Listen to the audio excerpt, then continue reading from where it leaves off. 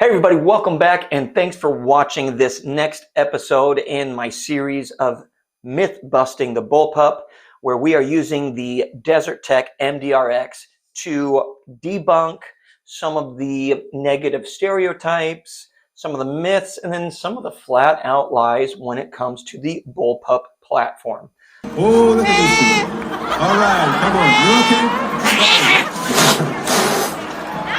Either they're having an affair or they're just very shy. All right. I don't know what you guys think you saw.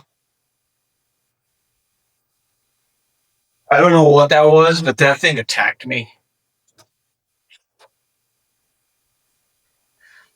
So one of the claims is that the bullpup is not modular. It does not have any type of modularity. It's very limited in the accessories and other components that, maybe a more conventional rifle will have. So let's go over that. So modularity, so accessories, different calibers, things like that. Obviously, you can see I have a lot out right here. Now, this isn't an endorsement of any certain accessory or setup. I'm just showing you kind of what your options are. So some of these I would not choose to put on my rifle, but I'm just showing you so that you can see the actual modularity that is available. First things with the MDRX. Now, this does not go with all bullpups. Some are actually very limited.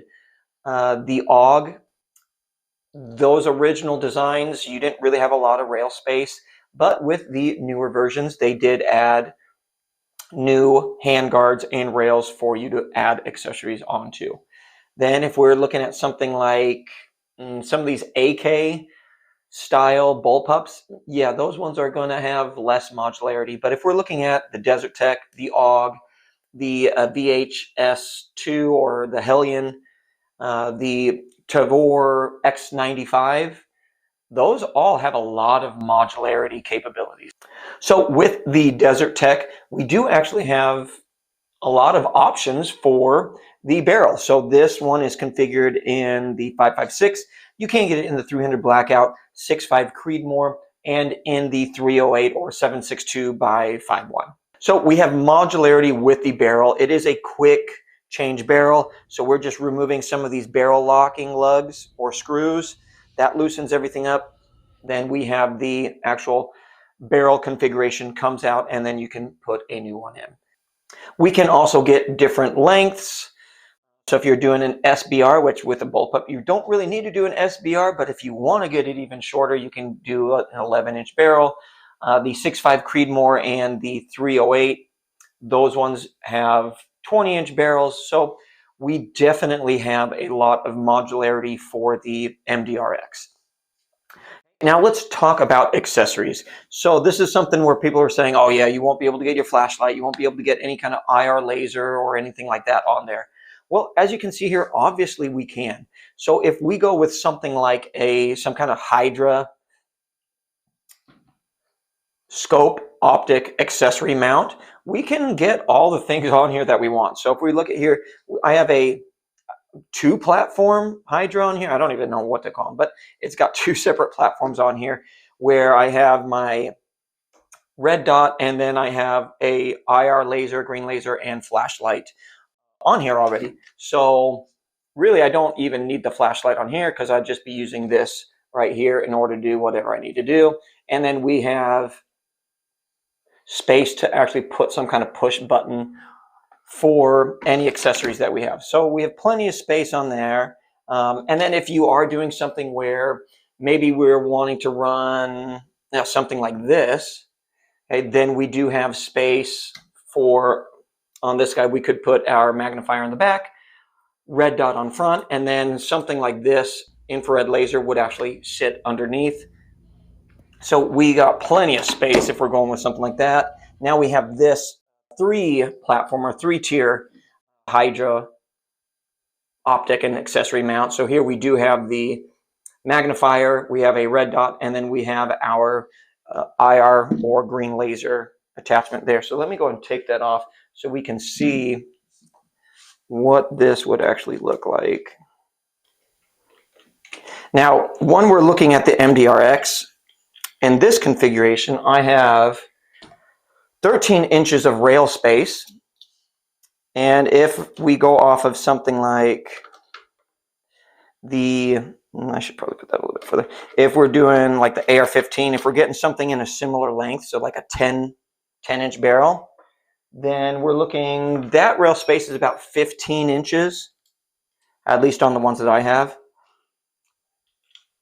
But the MDRX does have different handguard options. So this is kind of their standard one. They do have an extended one that goes out a little bit further. So you could get to that 15-inch top Picatinny rail if you need it. Now, there are a lot of comments just on the MDRX where this is a polymer handguard, and there are complaints that it shifts. So if you're running a laser or something like that, well, it may shift. Don't put a laser, don't put anything that you need to keep zeroed on there. So for this, this one, I don't have a flashlight on here. This is just an IR laser. So no flashlight on this. So I would be using a flashlight here. So that's what I'd be mounting my accessories on. So flashlight, I don't need that to maintain zero because it's just a light.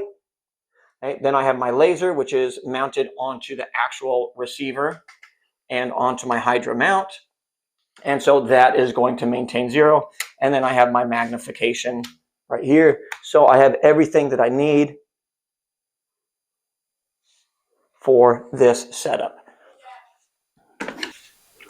Okay, then we obviously have, if you want some type of vertical grip, angled grip, we got plenty of space there. And if we go to one of those other handguards, we have additional space. And there's actually a couple different ones. Man, I can't remember the manufacturer that makes it for them, but it's an aluminum handguard, and it actually has the bipod built into the handguard. So you got an accessory built into that handguard, and now you got even more options. Let's say you don't want to have all of this stuff on here, which this right here, yeah, I am agreeing with you. I would not want to run this much on my rifle.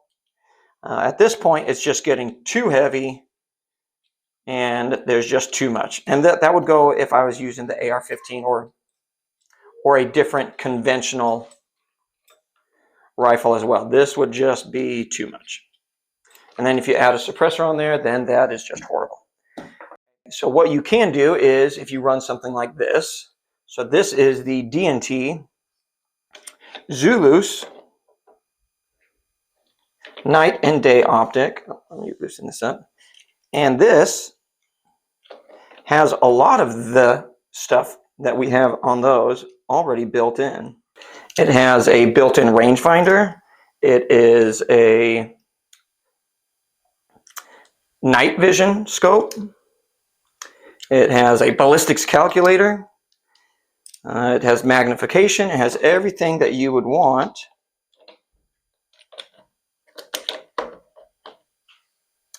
When we're trying to accessorize, do I have this on? Yeah. When we're trying to accessorize our rifle.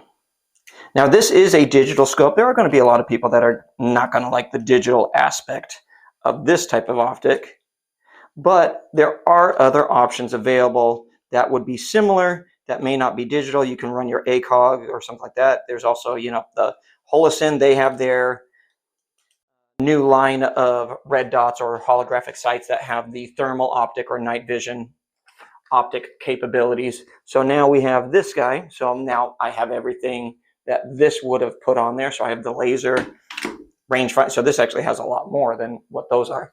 But it just shows you that just with innovation, just in the accessory world, a big part of it comes from the AR-15. We just have so many options. You can do whatever you want with this platform. You also have different magazine capacities that you can use. I mean, there's the ATI 60 round magazine. I've used that with this. 40 round, Magpul magazines, 30 round, 10 round, whatever you're wanting, at least for the 5.56. I haven't done anything for the 308 or 6.5 Creedmoor. Yeah, so you have all those magazine. options. The only thing that you wouldn't be able to do, well, you could do it, is you could get a drum magazine. It's uncomfortable to use the drum magazine with a bullpup. So that would be the only thing where, if we're looking at everything, that's the only accessory that I have that I wouldn't want to put on here. And I don't even use it that much when I'm actually running a conventional rifle anyway. So then everything else, any other upgrades that you're wanting to put on here, ambidextrous magazine release, ambidextrous fire and safety selector, ambidextrous side charging handles, magazine release back here, and then so we have ambidextrous everything, and then the bolt release is also ambidextrous, since it's just right underneath right here. You can just get that from either side. So everything, all the modularity that we have from the AR-15, we have most of it already built in to the MDRX. And then we're able to put any additional accessory, lasers, flashlights, scope, whatever you need, you can put that on here and you're ready to rock and roll. So that's the question. Is the bullpup modular enough for you? I would argue that, yeah, you got plenty of options for the bullpup, especially for something like the MDRX. All right, guys, thanks for watching. Don't forget to like, comment, and subscribe. And until next time, we'll see you later.